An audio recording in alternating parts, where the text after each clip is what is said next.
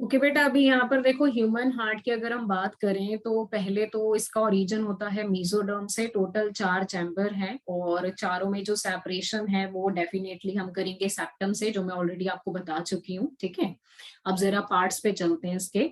सबसे पहले जो देखो यहाँ पर पार्ट्स हम लोग डिस्कस करेंगे वो हम लोगों के पास आता है this portion, this is the right atrium. पहले तो आप चैम्बर चेक कर लो, राइट एट्रियम है। फिर हमारे पास राइट वेंट्रिकल है, तो ये वाला जो साइड है ये राइट साइड है। ठीक है, और उधर की तरफ जाओगे तो लेफ्ट साइड है, so we have the left atrium, और एक हमारे पास आता है लेफ्ट वेंट्रिकल। क्लियर, तो टोटल हो गए हमारे पास 4 चैम्बर। अब बेटा जो राइट एट्रियम है, राइट एट्रियम में बेसिकली कौन सा ब्लड आता है? Right atrium receive the deoxygenated blood. Right atrium में कौन सा ब्लड आता है? Deoxygenated blood. तो एक चीज ध्यान में याद कर लो कि right side of the heart always contain the deoxygenated blood. तो राइट एट्रियम में जो डीऑक्सीजनेटेड ब्लड आएगा वो बेसिकली कौन लेके आता है? तो ये ब्लड लेने का काम करती हैं लार्जर ब्लड वेसल्स। जो वेना कावा है, it is basically a blood vessel, it is a larger blood vessel. तो ये जो ऊपर की तरफ है इसको नाम दिया जाता है सुपीरियर वीना केवा। सुपीरियर वीना कावा का मतलब होता है जो ऊपर की तरफ है। तो हमारे शोल्डर से, हमारे हेड से जितना भी डीऑक्सीजनेटेड ब्लड है वो कलेक्ट करने का काम कौन करता है? That will be collected by the superior Veena केवा। और नीचे की तरफ जो हम लोगों के पास है इसको नाम दिया जाता है इंफीरियर वीना कावा। इंफीरियर वीना कावा is carrying the deoxygenated blood from the lower part of the body, जो हार्ट से नीचे है। जैसे एब्डोमिनल एरिया हो गया, आपके टांगे हो गई, तो वहां से जो डीऑक्सीजनेटेड ब्लड होगा वो लाने का काम कौन करेगा? इंफीरियर, और ऊपर वाले पार्ट से लाएगा सुपीरियर। तो superior and inferior vena cava both are carrying the deoxygenated blood. और वो ब्लड बेटा अल्टीमेटली उन्होंने कहाँ डाल दिया? वो ब्लड उन्होंने डाल दिया राइट एट्रियम में। So right atrium receive the deoxygenated blood from the body parts. Clear? अब राइट एट्रियम आगे जाके खुलता है राइट वेंट्रिकल में। तो जब बेटा राइट एट्रियम राइट वेंट्रिकल में खुलेगा तो इनकी जो ओपनिंग है, ठीक है, this opening will be guarded by the valve and those valves are basically known as the tricuspid valve. क्या बोला जाता है इस वेल्व को? Tricuspid valve.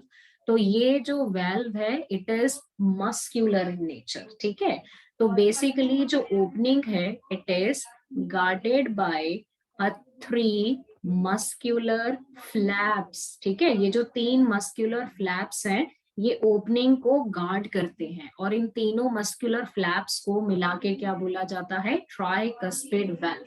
तो ट्राइकस्पिड वेल्व आपको किसके बीच में मिलेगा? Right atrium and right ventricle के बीच में। ठीक है, तो ये वेल्व है जो ओपनिंग को गार्ड करता है। अब उसके बाद हम चलते हैं नीचे। नीचे कौन सा हिस्सा आ जाता है? Right ventricle. अब राइट वेंट्रिकल जो है वो डीऑक्सीजनेटेड ब्लड लेगा कहाँ से? राइट एट्रियम से। तो राइट वेंट्रिकल की वॉल काफी ज्यादा थिक आपको नजर आती है। क्लियर? अब दूसरी तरफ आ जाओ जरा। हार्ट के बेटा इस तरफ लेफ्ट एट्रियम है, तो लेफ्ट एट्रियम में कौन सा ब्लड आता है? Left atrium receive the oxygenated blood from the lungs. ये बेसिकली ऑक्सीजनेटेड ब्लड रिसीव करता है, कहाँ से रिसीव करेगा? आपके लंग से रिसीव करेगा। ठीक है, तो लंग से बेटा इसको लाने का काम कौन करेगा? लाने का काम करने के लिए यहाँ पर आपको ओपनिंग नजर आती है। जब आप इसको ध्यान से देखोगे ना तो यहाँ पर आपको ओपनिंग नजर आती है। These are the openings of pulmonary vein। किसकी ओपनिंग है हमारे पास? ये pulmonary veins। Clear? So pulmonary vein carry the oxygenated blood from the lungs। तो वही ब्लड उन्होंने किस में डाल दिया? लेफ्ट एट्रियम में डाल दिया। Now left atrium contain oxygenated blood. Point is clear? ये ऑक्सीजनेटेड ब्लड कहाँ से आता है? लंग से आता है। ठीक है, देन आफ्टर इसके बाद हमारे पास ये आता है दिस पोर्शन। ये देख रहे हो बड़ा सा ब्लू कलर का जो पार्ट आ रहा है, this is called pulmonary artery. ये कौन सा पार्ट है? Pulmonary artery. Now pulmonary artery carry the deoxygenated blood. कौन सा ब्लड कैरी करती है? Deoxygenated blood to the lungs. किसके पास लेके जाती है ब्लड? लंग्स के पास। कैसा ब्लड लेके जाती है? डीऑक्सीजनेटेड। फिर लंग बेटा उसी ब्लड को ऑक्सीजनेट करेगा और ऑक्सीजनेट करने के बाद किस में डाल देगा, पल्मोनरी वेन्स में, और वेन उस ब्लड को किस में डाल देती है, लेफ्ट एट्रियम में। ठीक है, so your left atrium contain oxygenated blood. Now left atrium opens into the left ventricle. Left atrium किस में खुलता है, लेफ्ट वेंट्रिकल में, but opening is guarded by a valve. जो इनकी ओपनिंग है, this opening is always guarded by the valve. तो कौन सा वेल्व है जो बेटा इस ओपनिंग को गार्ड करता है, it is the opening which is guarded by the bicuspid valve। कौन सा वेल्व है, bicuspid, और bicuspid का दूसरा नाम क्या रहेगा, mitral valve। तो ये याद कर लो, bicuspid is between the left atrium and left ventricle, tri is on the right side, tri right side में है और bi बेटा left side में है। Point is clear. देन उसके बाद इनको याद करने का एक तरीका भी मैं आप लोगों को बता देती हूँ। You can remember this rat. Rat में अगर आर का मतलब देखिए राइट, ए का मतलब ऑरिकल, टी का मतलब ट्राइकस्पिड, यानी कि राइट ऑरिकल की जो ओपनिंग है इनटू द राइट वेंट्रिकल, उसको कौन गार्ड करेगा, ट्राइकस्पिड करेगा। तो ये तरीका आपका याद करने का। और अगर यहाँ मैं बोलूँ तो यहाँ आप याद करोगे लैब। लैब का मतलब L for left, A for auricle, B for bicuspid, यानी कि लेफ्ट साइड पे हमारे पास कौन सा वेल्व रहेगा, bicuspid. So you can remember the two terms, rat, lab. Point is clear, easy रहेगा आपको फिर याद करना कि कौन सा वेल्व कहाँ पर प्रेजेंट है। देन बेटा left ventricle contain which kind of the blood, it contain the oxygenated blood. अब यही ऑक्सीजनेटेड ब्लड हमने बॉडी पार्ट्स को देना है, तो बेटा इस ब्लड को किस में डाल दिया जाता है, the blood will enter into this part which is known as the aorta. तो aorta carry the oxygenated blood to the body parts. Aorta बेटा ऑक्सीजनेटेड ब्लड लेके जाएगा, कहाँ जाएगा, बॉडी पार्ट्स के पास। Point is clear. तो एओर्टा की जो ओपनिंग है और जो पल्मोनरी वेल्व की ओपनिंग है, मतलब अगर हम इनका बेजल पार्ट देखें ना, सपोज यहाँ पर या फिर हमारे पास यहाँ पर, तो यहाँ पर ना हमारे पास वेल्व प्रेजेंट होते हैं, तो इनको बेसिकली यहाँ पर नाम दिया जाता है सेमी ल्यूनर वेल्व। सेमी का मतलब आधा, ल्यूनर मतलब मून शेप, तो हाफ मून शेप वेल्व है जिनको हम नाम देते हैं सेमी ल्यूनर वेल्व। तो सेमी लूनर वेल्व हमें कहाँ मिलते हैं, at the base of aorta and at the base of pulmonary artery. ठीक है, तो जितने भी बेटा वेल्व आपको हार्ट में मिलते हैं, जैसे कि bicuspid, tricuspid and two semilunar, एक कौन सा है ट्राइकस्पिड, एक कौन सा है बाइकस्पिड, और दो कौन से हैं सेमी लूनर। तो इनका मेन काम क्या रहेगा, इनका मेन काम रहता है to prevent the backflow of blood, to prevent the backflow of blood। Blood के बैकफ्लो को प्रिवेंट करने के लिए हमारे हार्ट में क्या प्रेजेंट है, वाल्व प्रेजेंट है। Point is clear.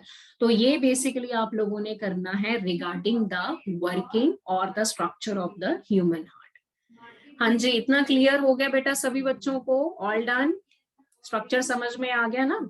ठीक है, ये बनाना भी आपने जैसे एनसीईआरटी में बना है ऐसे ही आपने प्रैक्टिस करके बनाना है अपनी कॉपी में। ठीक है, बिल्कुल सही बेटा, अच्छे से क्लियर हो गया। चलो सही बात है सभी बच्चों को। अब हम चलते हैं बेटा नेक्स्ट पॉइंट के ऊपर, नेक्स्ट पॉइंट पे आ जाओ। नेक्स्ट पॉइंट हम लोगों के पास आता है रिगार्डिंग द स्ट्रक्चर, जिसको नाम दिया जाता है कार्डियक मस्क्यूलेचर, या फिर हम इसको नाम दे सकते हैं nodal मस्क्यूलेचर। Now what is cardiac musculature and what is nodal musculature? तो इसको जरा ध्यान से एक बारी समझ लो। देखो कार्डियक मस्क्यूलेचर और नोडल का मतलब क्या है कि ह्यूमन हार्ट की अगर मैं बात करूं तो human heart is basically myogenic in nature. ठीक है, our heart is not neurogenic but our heart is myogenic in nature. Now what is the meaning of myogenic? Myogenic का मतलब ये हुआ कि human heart is not under the control of brain.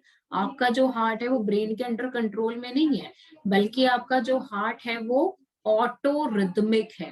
ठीक है, ऑटोरिथमिक है, खुद ही काम करता है, खुद की वर्किंग को खुद कंट्रोल करेगा, and that is why it is called myogenic in nature. It is not neurogenic, it is myogenic in nature, remember. ठीक है, तो इसके लिए बेसिकली जो हार्ट के बेटा कार्डियक मसल्स हैं, we are talking about cardiac muscles.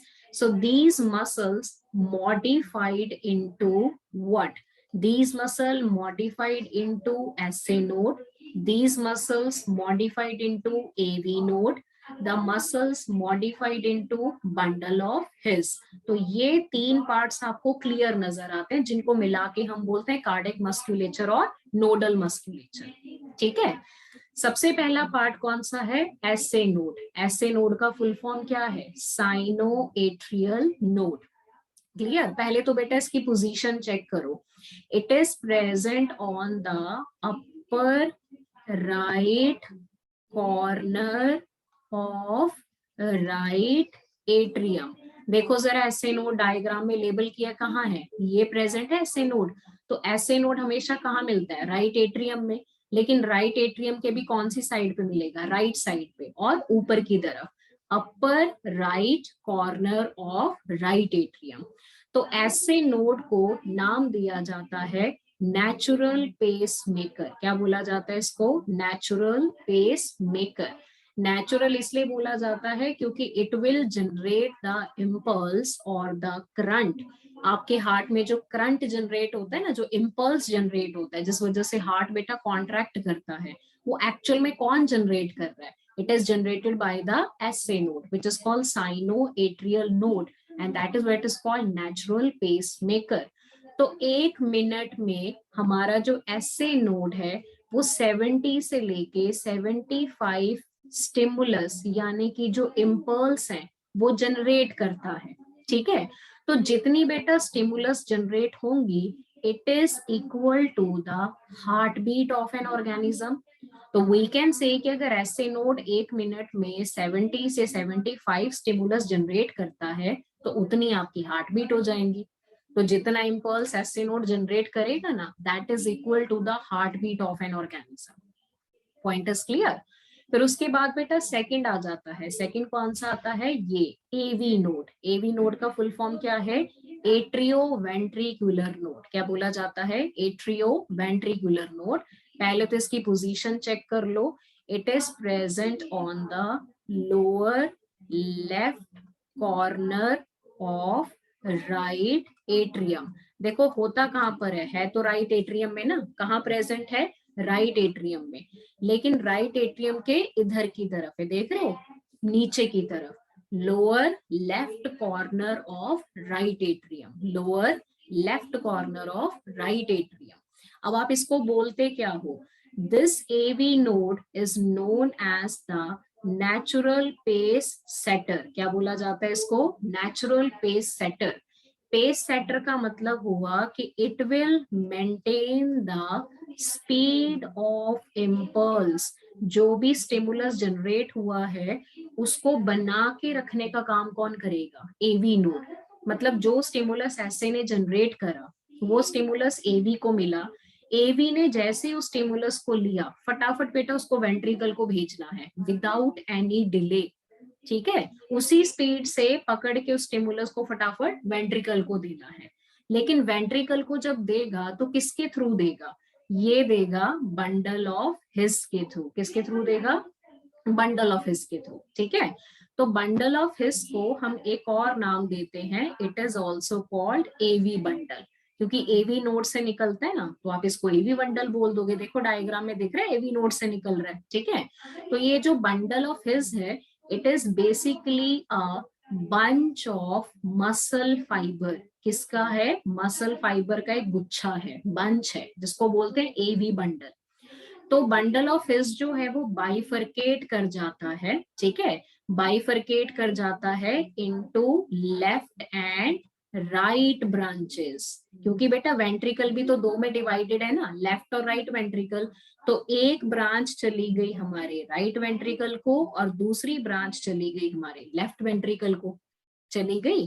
तो जो स्टिमुलस एवी के पास था वो स्टिमुलस एवी ने किसको हैंड ओवर कर दिया, वो स्टिमुलस एवी ने हैंड ओवर कर दिया बंडल ऑफ हिज को। अब आप एक चीज देखो, बंडल ऑफ हिज ने वो स्टिमुलस किसको देना है, वेंट्रिकल को देना है। लेकिन बेटा वेंट्रिकल की वॉल जो है वो काफी ज्यादा थिक है, वेंट्रिकल की वॉल जो है वो बहुत ज्यादा थिक है। तो आप जो स्टिमुलस है वो वेंट्रिकल को दोगे कैसे, मतलब वो पूरे वेंट्रिकल में पेनिट्रेट होना चाहिए। लेकिन बंडल ऑफ हिज ये काम नहीं कर सकती क्योंकि बंडल ऑफ हिज थोड़ी मोटी है, वो पेनिट्रेट नहीं कर पाएंगे। तो वेंट्रिकल की वॉल थिक है, तो इस वजह से जो हमारे बंडल ऑफ हिज होगा उसमें से निकलती हैं very short and thin branches. In branches को नाम दिया जाता है पुर्किंजी फाइबर्स। क्या बोला जाता है इन ब्रांचेस को, पुर्किंजी फाइबर। ठीक है, तो पुर्किंजी फाइबर फाइनली जो स्टिमुलस है वो किसको हैंड ओवर कर देंगी, पूरे वेंट्रिकल को। अब वेंट्रिकल क्या करेंगे, कॉन्ट्रैक्ट करेंगे। तो अगर आपसे पूछा गया कि आपका हार्ट बेटा कॉन्ट्रैक्ट क्यों करता है, तो बेसिकली कॉन्ट्रैक्शन के लिए उसको चाहिए स्टिमुलस। स्टिमुलस कौन देता है, एसए नोड। एसए नोड कहाँ है, upper right corner of right atrium. It is called natural pacemaker because it generate the impulse. जितनी इम्पल्स के 1 मिनट में जनरेट करेगा that will be equal to the heartbeat of an organism. Clear. SA node से impulse जाता है AV node के पास। जब वो एवी के पास जाएगा तो पूरा ऑरिकल कॉन्ट्रैक्ट करेगा, तो ब्लड की पंपिंग होगी। ऑरिकल की कॉन्ट्रैक्शन से ब्लड की पंपिंग हुई, ब्लड चला गया वेंट्रिकल में। ठीक है, अब हमें वेंट्रिकल को कॉन्ट्रैक्ट करवाना है ताकि ब्लड को हम वेंट्रिकल से बाहर निकाल सके। पॉइंट समझ रहे हो मेरा। तो उसके लिए जो इम्पल्स एवी के पास है, एवी उस इम्पल्स को फटाफट से कहाँ भेजेगा, बंडल ऑफ हिज में, without any delay. That is why it is called pacesetter. Bundle of His को जो स्टिमुलस मिला वो उसने वेंट्रिकल को देना है, लेकिन वेंट्रिकल की वॉल थिक है। bundle of his cannot penetrate into the ventricle, so it give the fine branches. What is the name of the fine branches, Purkinje fiber. So finally Purkinje fiber ने वो stimulus पूरे ventricle को distribute कर दिया। Point is clear.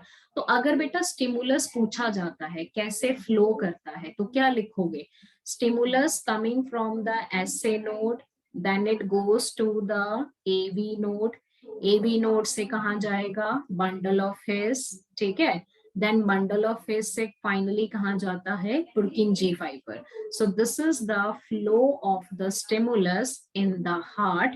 That is why heart is myogenic, it is autorhythmic, खुद का काम खुद करना है, किसी के ऊपर डिपेंड नहीं है। और कैसे करना है, एसए नोड से।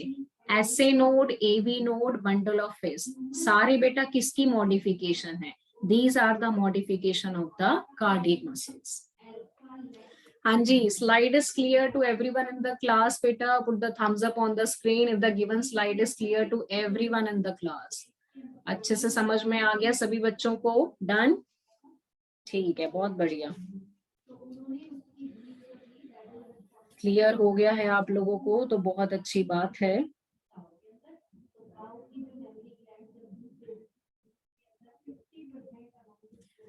डन बेटा डन। अभी चलो नेक्स्ट इसमें हम लोग ना बात कर लेते हैं डबल सर्कुलेशन की। ठीक है, डबल सर्कुलेशन भी चेक कर लेते हैं जरा, तो आ जाओ भी डबल सर्कुलेशन के ऊपर। ये वाला क्लियर हो गया ना सभी बच्चों को, चलो अच्छी बात है।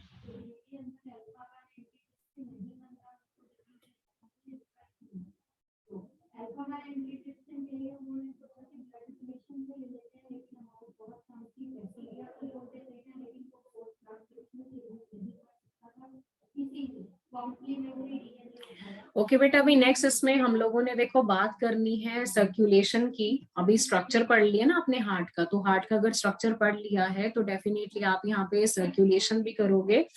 तो सबसे पहले अगर पूछा गया कि ह्यूमन हार्ट में कैसी सर्कुलेशन है, तो पहली बात हमारे में जो सर्कुलेशन होता है उसको बोलते हैं कंप्लीट, क्योंकि ब्लड रहता है कंप्लीटली सेपरेटेड।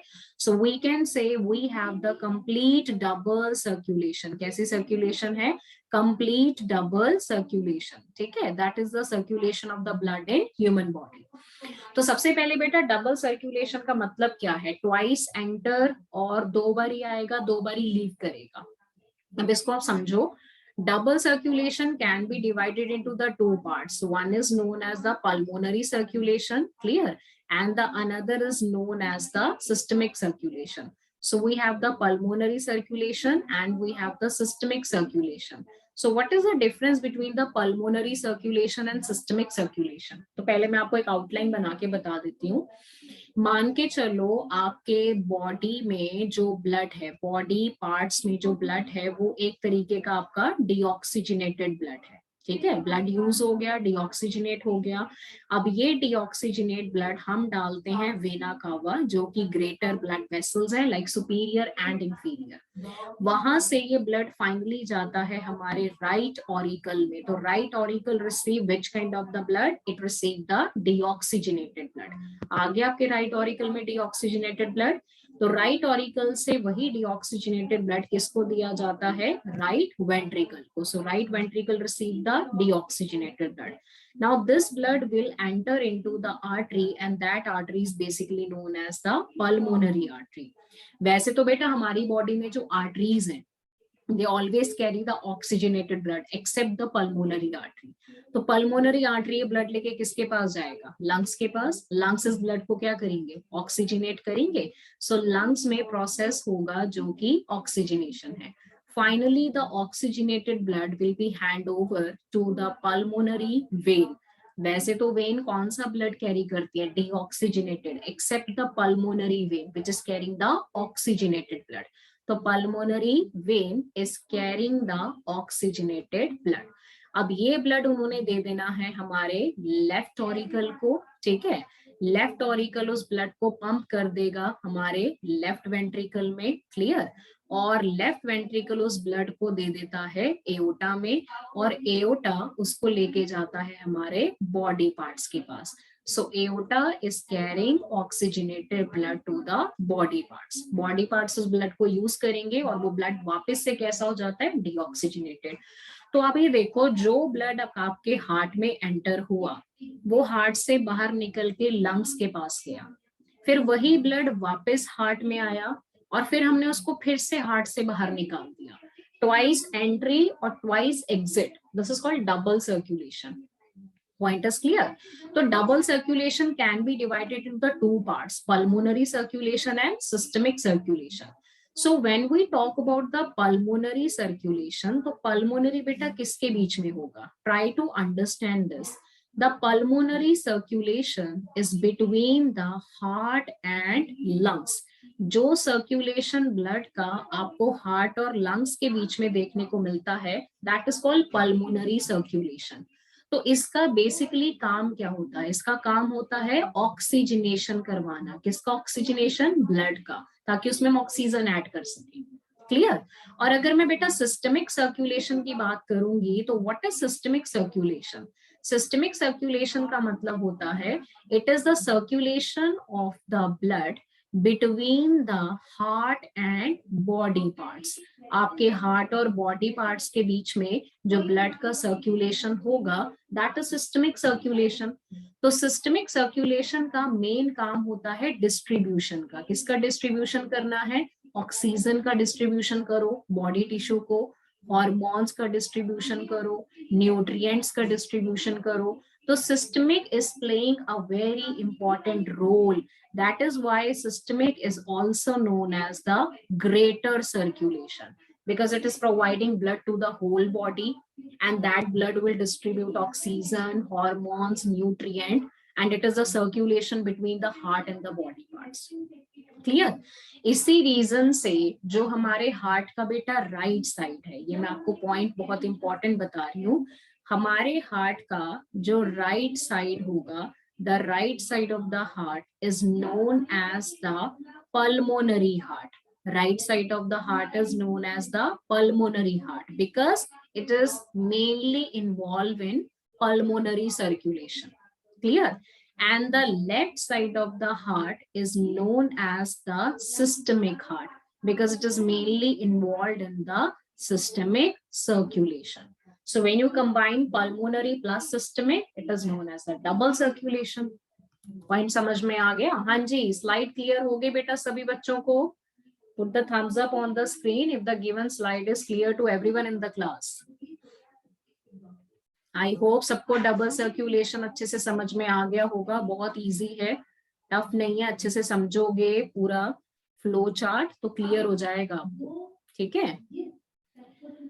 ओके बेटा, नेक्स्ट इसमें हम लोग करते हैं सेकंड टाइप ऑफ सर्कुलेशन, जिसको नाम दिया जाता है कोरोनरी सर्कुलेशन। अभी एक डबल सर्कुलेशन पढ़ा ना, अब इसमें हम पढ़ते हैं कोरोनरी सर्कुलेशन। तो देखो कोरोनरी सर्कुलेशन में क्या होगा, कोरोनरी सर्कुलेशन में हमारे पास होती है coronary artery. Which artery is there, coronary artery, and this artery is carrying the oxygenated blood. Clear? Now coronary artery supply the oxygenated blood to the wall of heart। तो wall of heart में कौन से muscle present हैं, cardiac muscle. तो cardiac muscles are using the oxygen, they are using the blood, so the blood will become deoxygenate. अभी देखो बेटा, cardiac muscle में काम करना है तो उनको अपने काम करने के लिए भी ऑक्सीजनेटेड ब्लड चाहिए। अब हार्ट मतलब ऐसा है कि आपको अगर ऑक्सीजनेटेड ब्लड दे रहा है, बॉडी पार्ट्स को ब्लड दे रहा है, वो भी ऑक्सीजनेटेड, तो हार्ट को खुद के लिए भी ऑक्सीजनेटेड ब्लड चाहिए, बिना उसके तो वो भी काम नहीं कर सकता। तो ये ब्लड कैसा हो गया, डीऑक्सीजनेटेड हो गया। तो डीऑक्सीजनेटेड ब्लड को हमने डाल दिया वेन में, which is carrying the coronary vein. तो coronary vein is carrying which kind of the blood, it is carrying the deoxygenated blood. Now this coronary vein opens into a sinus which is known as the coronary sinus, and coronary sinus finally opens into the right auricle. So coronary sinus carrying the deoxygenated blood, and this blood will enter into the right auricle। आगे का sequence तो आपको पता है ना, right से left auricle, फिर pulmonary artery, फिर लंग्स, मतलब वही ये कोरोनरी सर्कुलेशन भी अल्टीमेटली किस में मर्ज हो जाता है, आपकी डबल सर्कुलेशन में। Point is clear? तो जो ब्लड हमारे हार्ट ने यूज किया, ठीक है, तो वो ब्लड डीऑक्सीजनेट हो गया, अब उसको भी तो ऑक्सीजनेट करना है, तो उसके लिए हमारे पास क्या होता है, कोरोनरी सर्कुलेशन। थर्ड इसमें आता है बेटा हिपैटिक पोर्टल सर्कुलेशन। कौन सा सर्कुलेशन है, हिपैटिक पोर्टल सर्कुलेशन। तो हिपैटिक वर्ड कहां से आता है, hepatic word is coming from the liver. तो बेसिकली जो भी हमारे डाइजेस्टिव सिस्टम का डीऑक्सीजनेटेड ब्लड है, हम यहाँ पर स्पेसिफिकली किसकी बात कर रहे हैं, डाइजेस्टिव सिस्टम की। डाइजेशन खत्म होने के बाद जो ब्लड हमारा डीऑक्सीजनेट हो गया, उसमें बहुत सारा न्यूट्रिएंट होता है, क्योंकि ग्लूकोज बनता है टूटने से, अमीनो एसिड बनते हैं प्रोटीन के टूटने से। आप अगर कोई पर्सन डेली रूटीन में ड्रग्स, एंटीबायोटिक्स, अल्कोहल का इंटेक करता है, तो वो भी अल्टीमेटली ब्लड में जाएगा। अब ऐसा ब्लड जो है वो डायरेक्टली बेटा हार्ट को नहीं दे सकते, क्योंकि blood is highly concentrated, it will affect the working of the heart. तो डीऑक्सीजनेटेड ब्लड जो कि डाइजेस्टिव सिस्टम का होगा, वो सबसे पहले हैंडओवर किया जाता है ऑर्गन को। ऑर्गन का नाम क्या है, लिवर, ठीक है। देन लिवर उस ब्लड को देता है आपके ऑर्गन को, that organ is basically the heart. तो डाइजेस्टिव सिस्टम का डीऑक्सीजनेटेड ब्लड हम डायरेक्टली हार्ट को नहीं देंगे, हम पहले किसको देंगे, लिवर को, और फिर देंगे हार्ट को। That is why it is called hepatic portal circulation. तो बेटा इसका लॉजिक क्या है, डाइजेस्टिव सिस्टम से डीऑक्सीजनेटेड ब्लड कैरी करने का काम कौन करता है, वेन। तो इस वेन को हम नाम देते हैं हिपैटिक पोर्टल वेन। अब आप इसको हिपैटिक क्यों बोलोगे, क्योंकि ये ब्लड लेके जाती है लिवर के पास। पोर्टल क्यों बोला जाता है, पोर्टल इसलिए यूज होता है क्योंकि जो ये वेन है ये स्टार्ट होती है कैपिलरी नेटवर्क से, मतलब बहुत सारी कैपिलरीज ज्वाइन करके वेन बनाती हैं, और ये वेन जब लिवर में जाके खुलती है तो it again opens into capillary network. तो जो वेन बेटा कैपिलरी नेटवर्क से एराइज हुई और कैपिलरी नेटवर्क में मर्ज हो गई, उसके लिए पोर्टल वर्ड यूज किया जाता है। तो hepatic portal vein is carrying the deoxygenated blood from the digestive system to the liver. अब इसका हमें बेनिफिट क्या रहेगा, बेनिफिट ये है कि लिवर क्या करता है, ब्लड में जितना भी ग्लूकोज है उसको ग्लाइकोजन में कन्वर्ट करके स्टोर कर लेगा। अमीनो एसिड्स को आगे जाके अमोनिया में कन्वर्ट करते हैं, फिर अमोनिया से वेस्ट बनाते हैं यूरिया, फिर यूरिया को किडनी को दे दिया जाता है ताकि वो बॉडी से बाहर निकल सके। जितना भी ड्रग्स है या कोई भी टॉक्सिक चीजें हैं उनको लिवर क्या करता है, डिटॉक्सिफाई करता है। डिटॉक्सिफाई का मतलब होता है उनको तोड़ना, खत्म करना। अब आप क्या कर सकते हो, अब आप इस ब्लड को बहुत ही आराम से लिवर से वापस हार्ट को दे सकते हो, और जिसके थ्रू दोगे उसको बोला जाता है hepatic when. So hepatic when is again carrying the deoxygenated blood to the heart. So this is the kind of the circulation which is called hepatic portal circulation. हाँ जी बेटा, पॉइंट क्लियर हो गया बेटा सभी बच्चों को?